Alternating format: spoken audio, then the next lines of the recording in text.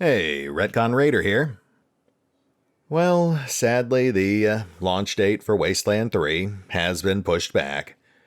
For those who haven't heard, the new target release date is August 28th, which means we've got some time to kill. That said, today, by popular demand, we'll be taking our first in-depth look at the Wasteland 3 character generation system. Something we touched on in my recent 7-part series, but which we largely glossed over the details of. First of all, I should note that this is based on the Wasteland 3 beta, which is all subject to change.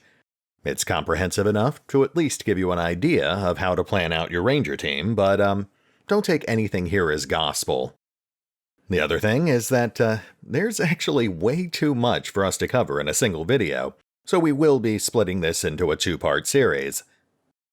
Today we'll be covering the 7 primary attributes, the 16 background traits, and the 17 character quirks, and then next time we'll wrap things up by covering the 22 skills and the 80 individual skill perks. So yeah, we've got a lot of ground to cover. Let's get started. First things first, let's go over the basics.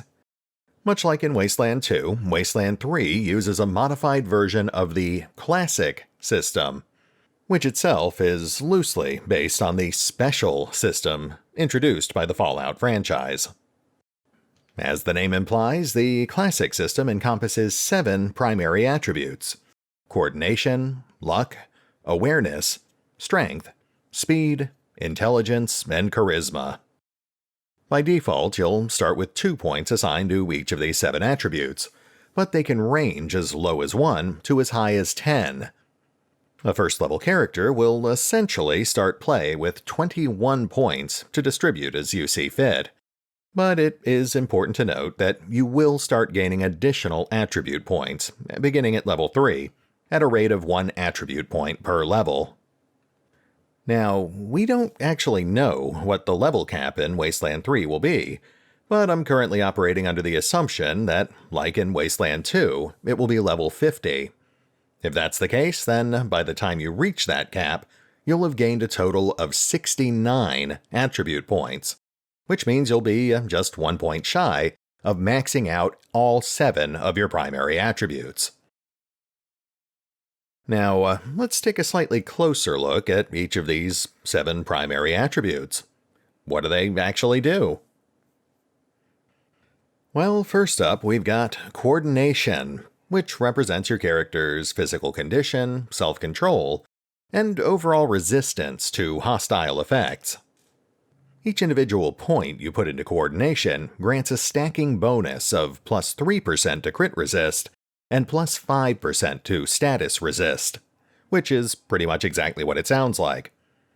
Every 2 points you put into coordination increases your action point pool and your maximum number of action points by plus 1, with action points easily being one of your most important combat stats. Action points are required to perform actions: moving, attacking, using items, activating special abilities, so naturally, the higher your action point total, the more you can get done in an individual turn. By default, every character's base number of action points is 6, with a maximum cap of 8 per turn.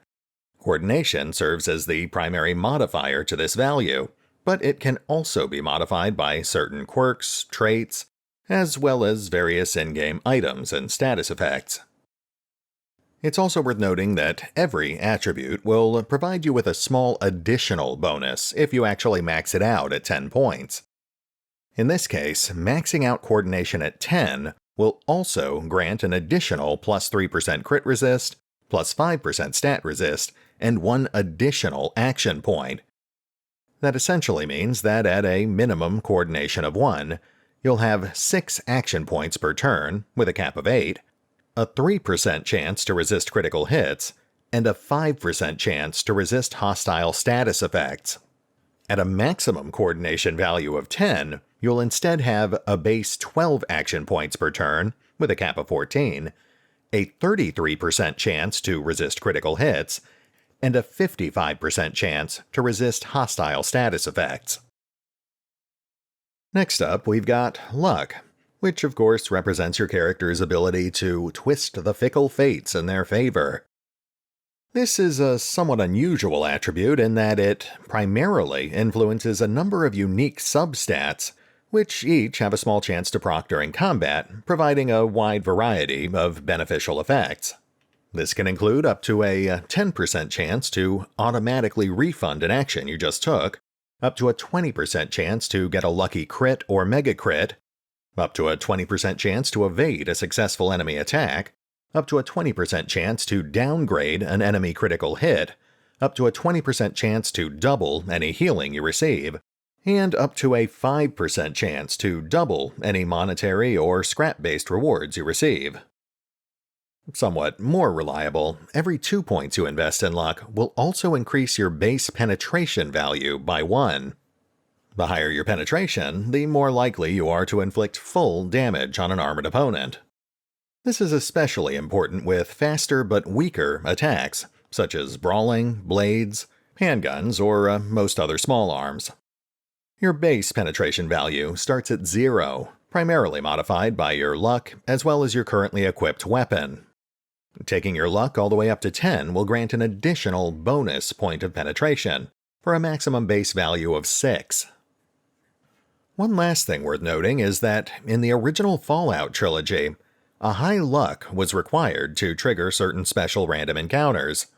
This is also something that inXile wanted to implement in Wasteland 2, but sadly it didn't make the cut. It's possible we might end up seeing something like that in Wasteland 3. Certainly not guaranteed, but worth keeping in mind.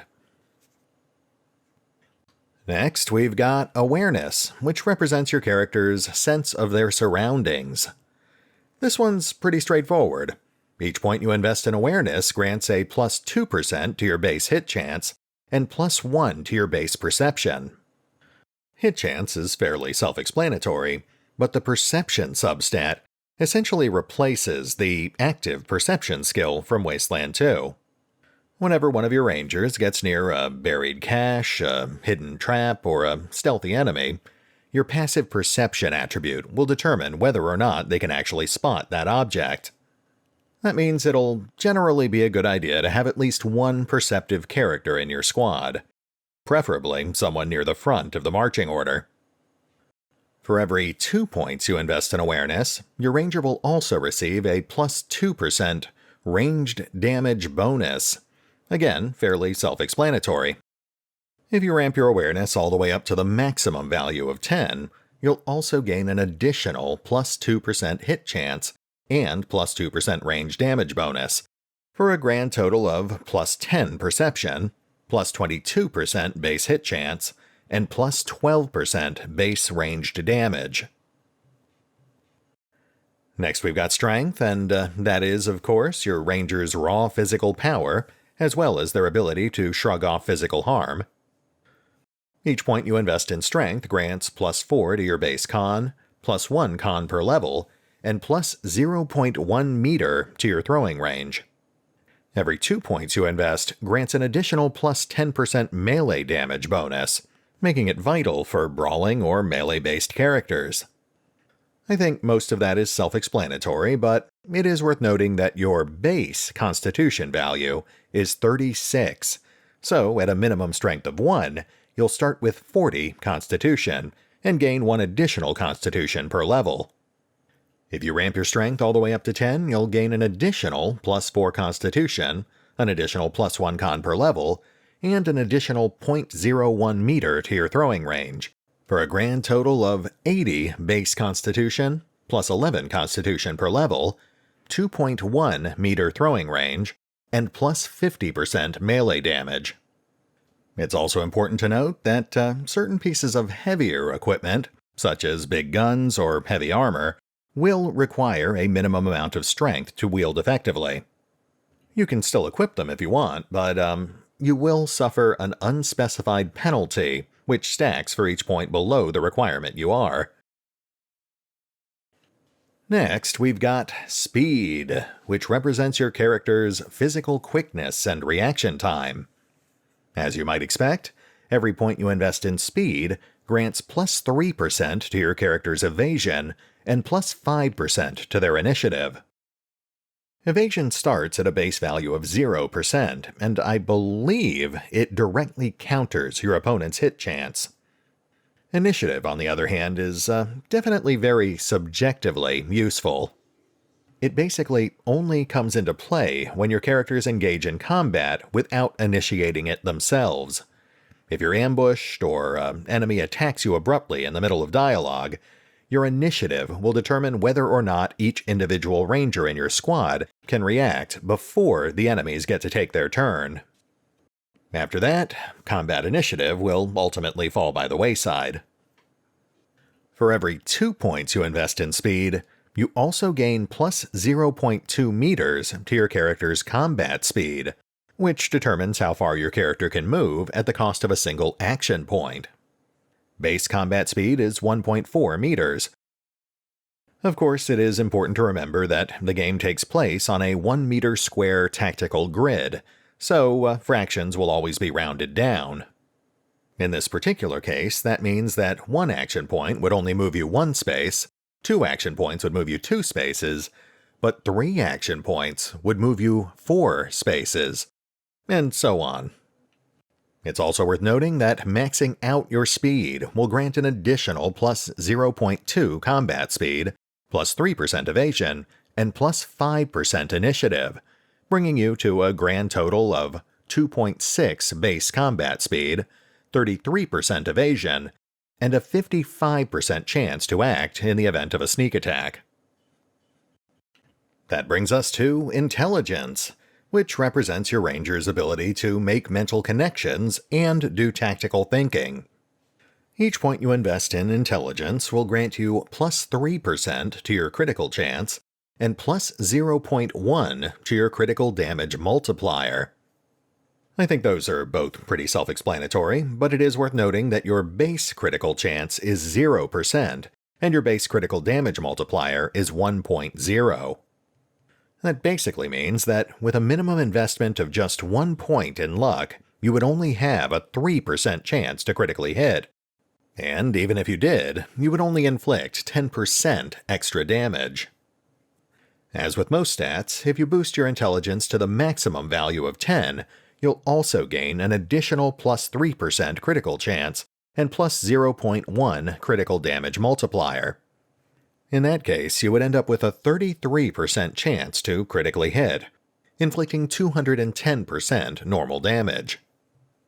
For every 2 points you invest in intelligence, you'll also gain 1 bonus skill point. But it's important to stress that that is a one-time bonus.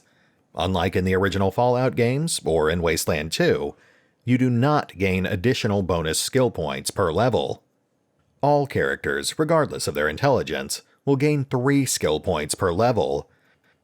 Don't get me wrong, 5 extra skill points is certainly a nice bonus, but I think it's safe to say it's not worth building an entire character around. And finally, that brings us to Charisma, the last of our 7 primary attributes, which of course represents your ranger's ability to influence others. Now, this is actually an interesting one. In fact, I would almost say it's the most important of the 7 primary attributes. Every point you invest in Charisma grants you plus 2 meters to your leadership range, obviously only important if you're taking the leadership skill, as well as a plus 2% to your strike rate. Just to clarify, strike rate is not to be confused with your hit chance or your critical chance. Your strike rate is actually how quickly you'll fill up your strike meter, which is what you use to make precision strikes or certain other special attacks. I don't want to get too sidetracked here, but a precision attack is a guaranteed hit with an additional chance to inflict a bonus status effect. It can be used to cripple or even instantly kill certain enemies. Aside from that, each point you invest in Charisma will also grant plus 5% to your Beneficial Companion Rogue Action chance, which is quite a mouthful, as well as a plus 1% to your Mission Reward bonus. These substats are unusual in that they actually appear to stack over your entire squad, or at least your 4 custom rangers. That means for every point of charisma spread out over your squad, your mission rewards will be improved by 1%.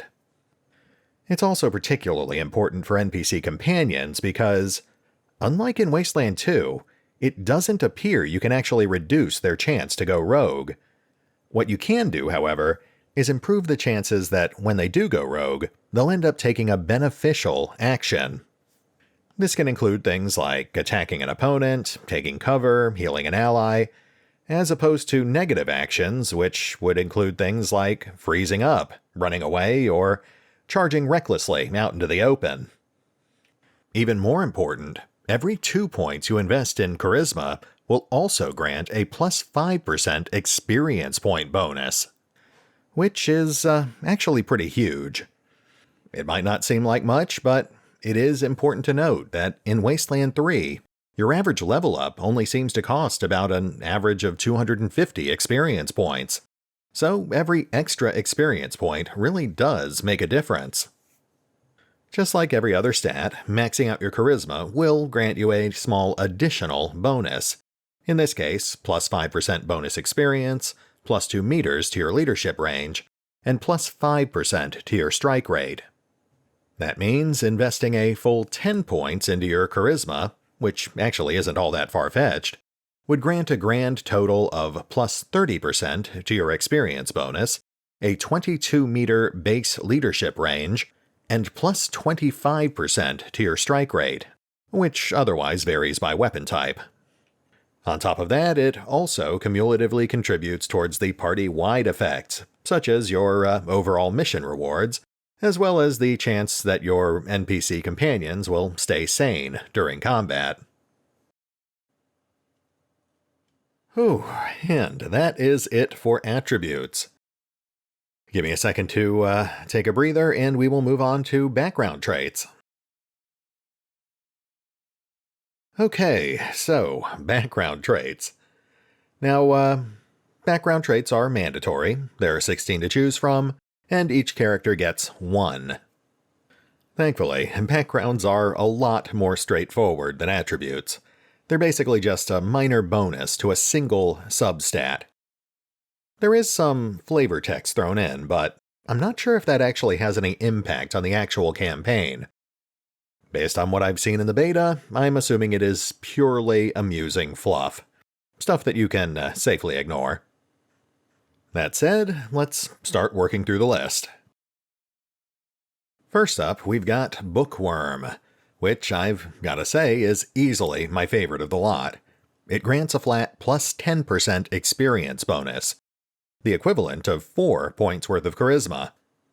That does stack with any experience point bonuses you get from charisma, which allows you to easily stack the bonus up to plus 40%. Just to put that in perspective, on average, your normal ranger will reach about level 4 to 5 by the end of the beta. A character with 10 charisma and Bookworm, however, can easily reach level 8, maybe even level 9, depending on their skill selection. Next up, we've got Desert Cat, which grants a flat plus 1 bonus to perception, the equivalent of 2 points of awareness. Potentially useful, but only if you're not planning on stacking awareness anyway.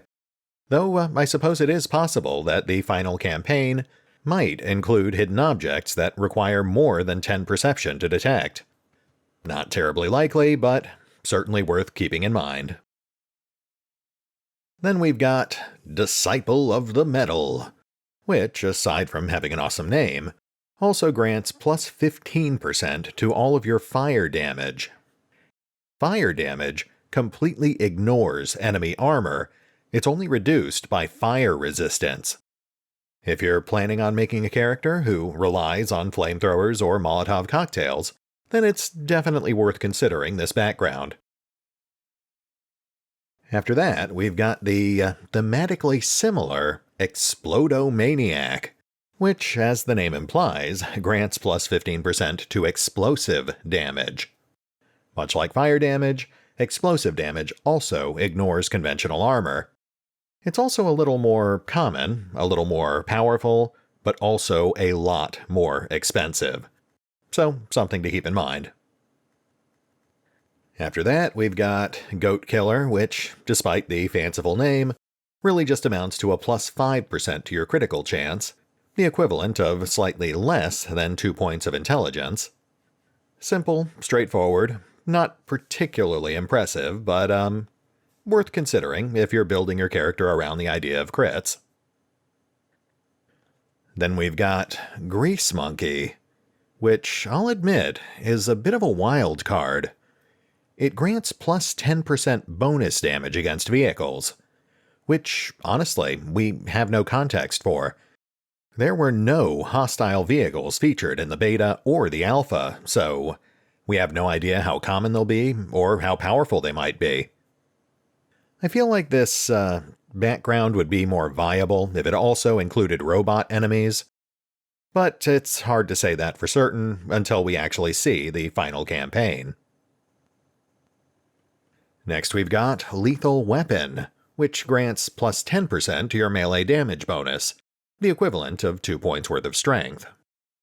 Not a lot to say here, the bonus is good if you're making a melee-focused character, but you might be better off considering some of the other backgrounds that grant bonuses to combat speed or penetration.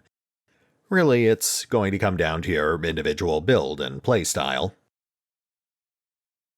After that, we've got Mannerite, and I'm not going to sugarcoat this. I don't like this one. It grants you a plus 1 to your kiss-ass skill, but unlike trinkets or skill books, it doesn't stack on top of your currently existing skill. Instead, it gives you 1 point at rank 1, essentially the equivalent of a single bonus skill point. You gain 3 skill points per level. That's a fairly trivial bonus.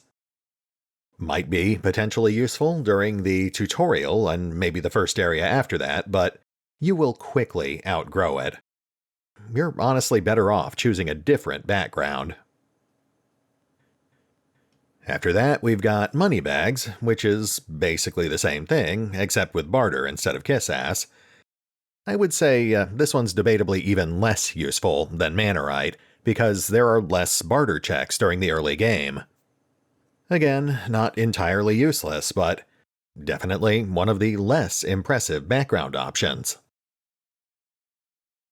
Next we've got Mopey Poet, which grants plus 5% evasion, or the equivalent of slightly less than 2 points of speed. This one's definitely one of the less spectacular but more utilitarian backgrounds. Nobody wants to get hit, evasion makes you harder to hit, so if you can't think of anything else to take, then Mopey Poet might be the choice for you. Then we've got Paladin, which grants plus 10% crit resistance, or the equivalent of slightly more than 3 points worth of coordination. I'm not really sure about this one. I mean, obviously, you don't want to be critically hit, but I'm not sure it happens frequently enough to actually justify taking a background just to make it 10% less likely to happen. Still, if you were particularly traumatized by a nasty critical hit, maybe it killed your parents in a dark alley, goading you into becoming a costumed vigilante, then yeah, this might be a reasonable choice. After that, we've got Raider Hater, which is just rude. But, ignoring the name, that grants a plus 10% bonus damage to humans, and I have to assume that humans are going to be one of the more common types of enemies in the game. Now, obviously that's going to vary by area. This background isn't going to help you against robots, or synths, or animals, or mutants, or vehicles, but as far as backgrounds that only help against a single type of enemy go, this is probably your safest choice. Just don't come after me with it. Then we've got, you know what, I'm going to call this Love Machine, which grants plus 0.1 meters to your combat speed, roughly the equivalent of 2 points of speed.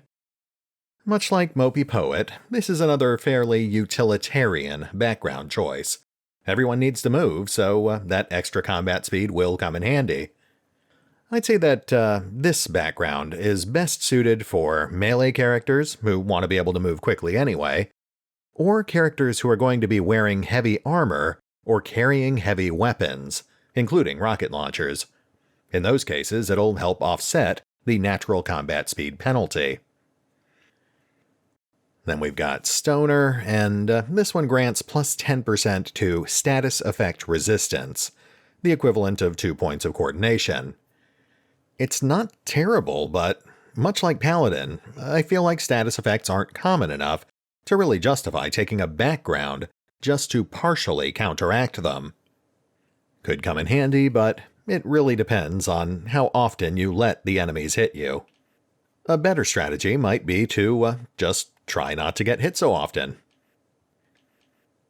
That brings us to the boss, which grants +1 to Hardass. There's not a lot for me to say here. Much like the other +1 skill point backgrounds, I think you're better off skipping this one. Could be useful, but not enough, I think, to justify a background slot. Which finally brings us to Vicious Avenger, which grants +2 penetration, the equivalent of 4 points worth of luck. This is theoretically useful for just about any build, with the possible exception of big guns users, explosives users, and snipers, all of whom will have a naturally high penetration anyway. Definitely worth considering for anyone who uses smaller but faster weapons. While I personally lean towards Bookworm for the plus 10% experience bonus, I would definitely say that Vicious Avenger is a very close second. And that wraps up our background options. At least for now. Like I said, this is the beta, so we might see some new ones once we hit the full launch. For now, though, let's wrap things up with a guided tour of the character Quirks. Essentially the Wasteland equivalent of the original Fallout trilogy's traits. Now, similar to character backgrounds, each character you create can have one quirk. Though, unlike character backgrounds, quirks are purely optional. If you don't want one, you don't have to take one. In fact, in some cases, this might be a good idea because, while quirks do offer particularly potent bonuses, those bonuses are always offset by some sort of thematic drawback unique to that particular quirk. This can end up having a pretty heavy impact on that particular character's playstyle, in some cases completely changing the way they operate on the battlefield. Just like backgrounds, quirks are essentially an intrinsic part of your character. You can only take them during character creation, and once you take one, there's no backpedaling. You're stuck with it for the rest of your character's career. That said, let's run down the list and give you a slightly better idea of what you might be signing yourself up for. First up, we've got Blunderer, which grants a plus 15% melee damage bonus at the cost of a minus 50% to your critical chance. That means you're essentially getting the equivalent of 3 points worth of strength in exchange for, negative 15 points of intelligence. Not gonna lie, that is not a great trade-off, especially if you're a brawler, because brawlers are somewhat reliant on getting critical hits. They've got an entire combo system built around it. Then again, if you are a dedicated blunt weapon user with a minimal amount of intelligence, then sure, I could see this being viable. I will say that one potential caveat is that I don't know how this meshes with the luck system. If you're still planning on stacking luck, then you could potentially have up to a 20% chance to land a lucky crit or a lucky mega crit. Not sure it would actually work, but definitely worth consideration. Next we've got Bop Bag, which grants plus 6 to armor at the cost of minus 0.4 meters combat speed. Now that's not a terrible trade-off, especially for a character who is going to be largely immobile anyway, such as a sniper or a character who focuses on explosives. Just keep in mind that heavier armor also penalizes your combat speed, so if you also want to use that, you will end up becoming a largely immobile brick. Not the most exciting playstyle, but That's not to say that it can't be effective. Oh, but you will still want to stay away from most types of explosive or energy damage, because that will still go right through your physical armor. Then we've got Circus Freak, a somewhat familiar quirk to those of you who have played Wasteland 2. This one's actually not bad, assuming you don't mind literally looking like a clown. It grants plus 0.4 combat speed and plus 25% crit resistance, at the cost of minus 1 second detection time and minus 10% evasion. I could actually see this being a fairly appealing quirk for any heavily armored character, ranged or melee. The extra movement would help offset the penalty from heavier armor. The heavier armor would help offset the extra damage you'd suffer from the lower evasion. And as an added bonus, all that armor would theoretically cover most, if not all, of the clown costume. Or you could just embrace being a killer clown. Goodness knows there are certainly no shortage of them in the Colorado wastes. After that, we've got Death Wish, which grants plus 3 action points, but completely disables your ability to wear armor. I'm not gonna lie, I see this as being one of the weaker of the quirks. The plus 3 action points could be useful, but it's not exactly a game changer. On the other hand, losing access to all 3 armor slots not only deprives you of a potentially tremendous amount of armor, but it also deprives you of any other bonuses that those armor pieces might have provided. So you're not just giving up your defense, you're also giving up potential critical hit bonuses or extra utility slots. It's up to you if it's worth that trade-off. After that, we've got Doomsday Prepper, plus 35% status effect resistance, but in exchange you cannot read skill books. Again, not going to sugarcoat it, I think this is a terrible quirk. You're essentially giving up the ability to gain up to 6 free skill points per skill book for a 1 in 3 chance to counter a hostile status effect. If you're making a character who will not be using skills and will constantly be throwing themselves in the line of fire, then sure, this is a great choice. But otherwise, there are a lot of better options on the list, including taking no quirk at all. After that, we've got Lone Wolf, another one of the slightly less impressive quirks. This one grants a plus 20% to your initiative, at the cost of no longer being able to enjoy leadership benefits. This is obviously a net gain if you're not planning on having a dedicated leader. But let's be honest here, plus 20% initiative is not that big a deal. Initiative only comes into play when your characters are ambushed or otherwise caught off guard. And even then, this is only an extra 20% chance to avoid being surprised. After that, we've got Medical Marvel, which is definitely an interesting one. That one grants plus 5 con per level, which is the equivalent of 5 points worth of strength.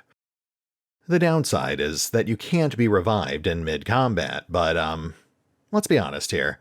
That's only an issue if you're not planning on reloading when a fight starts going against you. If you don't mind save scumming, then really, there's no downside there. You just enjoy a character with a huge amount of extra constitution. Not one of the most exciting quirks, but definitely one of the more practical ones. Especially if you're not planning on otherwise boosting your strength. Then we've got Mime. In some ways, the sister quirk to Circus Freak. In this particular case, the Mime is a frail master of stealth, enjoying a massive plus 2 seconds to their detection time, at the cost of minus 10 constitution, minus 0.5 meters to their throwing range, and a mandatory mime costume. Now, we haven't really talked about detection time, but it's essentially the amount of time that it takes an enemy to notice you once you've entered their perception range. In this particular case, plus 2 seconds worth of detection time is roughly equivalent to 6 points worth of the sneaky skill.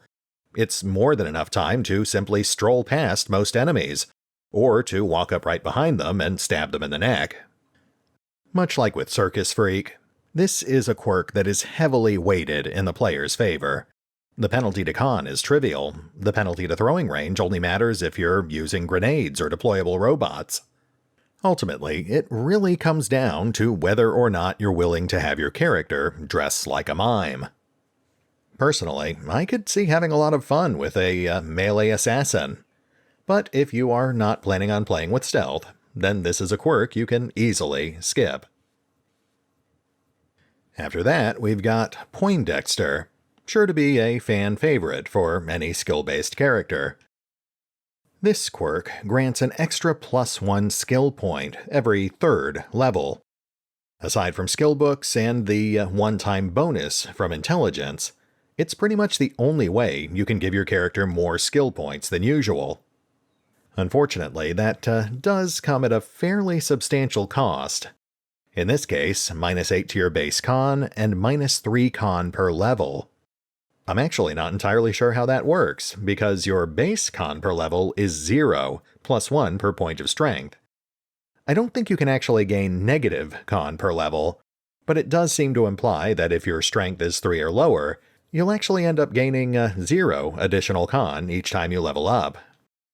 Another thing to keep in mind is that if we are in fact assuming that max level is 50, then throughout the course of your average campaign, you'll gain 150 skill points normally, and Poindexter will only end up giving you 16 additional skill points. That's a net gain of just slightly over 10%. At the same time, you'll be losing an estimated 155 potential points of Constitution. So it is up to you to decide if that is ultimately a fair exchange. Personally, that is just enough to give me pause. After that, we've got Prospector, which is one of the more underwhelming but still potentially interesting quirks. The downside of Prospector is that it costs you one of your 2 default quick slots, which is no big deal unless you happen to also have the First Aid, Explosives, or Mechanics skill, which all somewhat rely on having quick access to various consumable items. In exchange, you'll occasionally randomly find pieces of gold when digging up buried caches. It's hard to really quantify just how useful this quirk actually is, because it's so heavily reliant on the RNG. That said, when you do actually find gold, it is a pretty substantial boon. Potential discoveries include gold nuggets, worth $500 apiece and found in stacks of up to 3 at a time, or, on extremely rare occasions, as seen in Episode 7 of my recent beta series, you'll end up finding a gold bar, worth $2,500. Just to put that in perspective, your average armor costs about $50 and your average gun costs about $100, so, yeah, with a decent barter score, a single gold bar is enough to clear out almost every shop in Colorado Springs. But, like I said, it is entirely based on the RNG, so, it ultimately comes down to how lucky you feel, whether you just like the thrill of occasionally defying the odds, or if you're willing to painstakingly save scum every hidden cache you come across. After that, we've got Pyromaniac, plus 50% explosive and fire damage, at the cost of a 25% chance to accidentally ignite yourself each time you actually use explosives. Honestly, the damage bonus might actually offset the potential resource cost of having to constantly heal your demolitionist. It's also worth noting that there is a potential loophole there. I haven't actually tested it, but it only specifies igniting yourself when using explosives. In theory, you could slap Pyromaniac on a heavy who doesn't actually use explosives, but does carry a flamethrower, which is covered by the big gun skill. There's even some potential synergy there with things like the Disciple of the Metal background, or the Toaster repair skill, which can actually end up granting you additional fire damage. Hard to say if that's worth the trouble you'd have to go through to do it, but it is a potentially valid build that would allow you to enjoy some of the benefits of a quirk, while also completely circumventing its potential drawbacks. After that, we've got Sadomasochist, which grants plus 50% damage with melee and ranged weapons, but at the cost of causing your character to suffer 35% additional damage from all sources. Again, pretty straightforward, a massive damage boost at the cost of also being much more fragile. But again, I think it might actually be worth the trade-off. Not much else to say there. It's really going to depend on individual preferences. Then we've got Serial Killer, which a number of the beta testers are already insisting is the go-to quirk. This one permanently reduces your base action points by 1, but also grants you plus 3 action points every time you successfully kill one or more targets with an attack. Although it is limited to triggering just once per attack, this can end up resulting in some pretty absurd kill streaks, as seen in the very first episode of my recent beta series. Now, like I said, this is just the beta, and everything we're talking about is subject to change. That said, I have to imagine that Serial Killer will be one of the things that ends up getting revised. Next up, we've got 2 Pump Chump, which grants a modest bonus for the first 2 rounds of every combat encounter, followed by a modest penalty for the 6 turns afterwards. The bonus it offers is actually halfway decent, plus 2 action points and plus 25% hit chance, which can give the player a quick and early advantage in any fight, allowing the player to pick off priority targets or otherwise even the playing field. The penalties, while also significant, minus 1 action point and minus 15% hit chance, are also significant, but not enough to actually cripple the character. Besides, by that point you'll have hopefully already softened up the opponents enough that it won't really make a difference. I'd say that ultimately this is a potentially useful, but somewhat underwhelming combat quirk. Though the one important thing to remember is that the debuff still persists even after combat has ended, so you won't want to rush into a new combat encounter too quickly. Up next we have Varangian Blood, which, I'll be honest, I'm not a fan of. Essentially, each time one of your allies falls in combat, you'll fly into a Berserker Rage. That grants you an extra 3 action points, guaranteed critical hits, and plus 100% to your critical damage, but only for a single turn. Once that turn is up, your character will become exhausted, suffering minus 4 action points for the next 2 turns. Now, I've got a couple of problems with this quirk, but it essentially boils down to the fact that I don't like to plan around the idea I'm going to fail, which honestly is what Varangian Blood feels like. The bonus is significant, but it only lasts a single turn, and it only pops up at a time when you've already lost one of your party members. On top of that, immediately afterwards your character becomes crippled, making what was already likely to be a bad situation even worse. So yeah, personally, I'd pass on this one.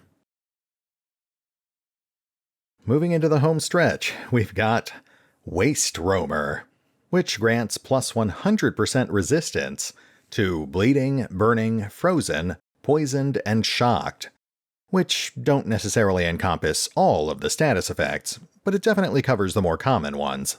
In exchange, you suffer a minus 15% penalty to your experience bonus, which for me is an immediate non-starter. Don't get me wrong, 100% immunity to some of the more common status effects is definitely pretty appealing, but in my particular case, I just value my experience gain too much. But I'm sure there are plenty of people who will happily take that trade-off. Which, finally, brings us to the last item on our list, Way of the Squeezins. This particular quirk grants you a plus 50% damage bonus, but only while drunk. I'm assuming that also stacks with the rowdy status, which you also get from drinking booze.